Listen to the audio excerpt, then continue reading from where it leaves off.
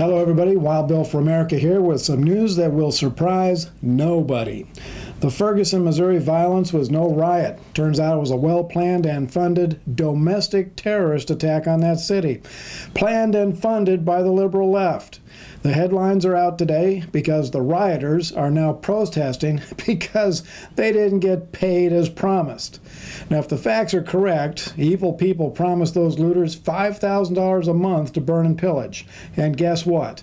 All of the people involved are part of the Democrat Party. Surprise, surprise, surprise.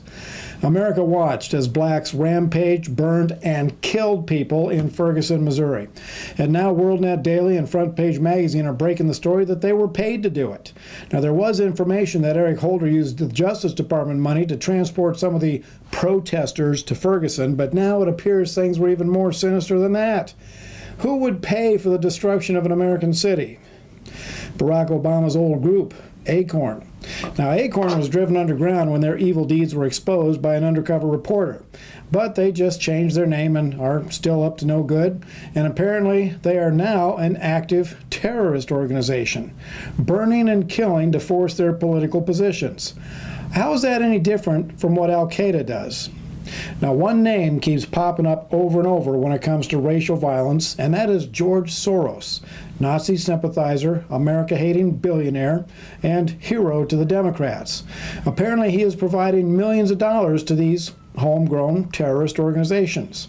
It also turns out that Beyonce, the pop singer, was busy posting bail for arrested protesters so they could get back out on the streets. And now the professional city wreckers are mad that they did all that hard work and didn't get the pay they were promised. But don't worry. Yesterday in New Jersey, Obama promised $163 million to those groups, and it's pretty clear what the money will be used for. Gee, doesn't it make you feel tingly all over to see your tax dollars used like that? Well, I think it's time to add George Soros to the list and send the Navy SEALs out to get him. Beyonce should be arrested and appropriately charged.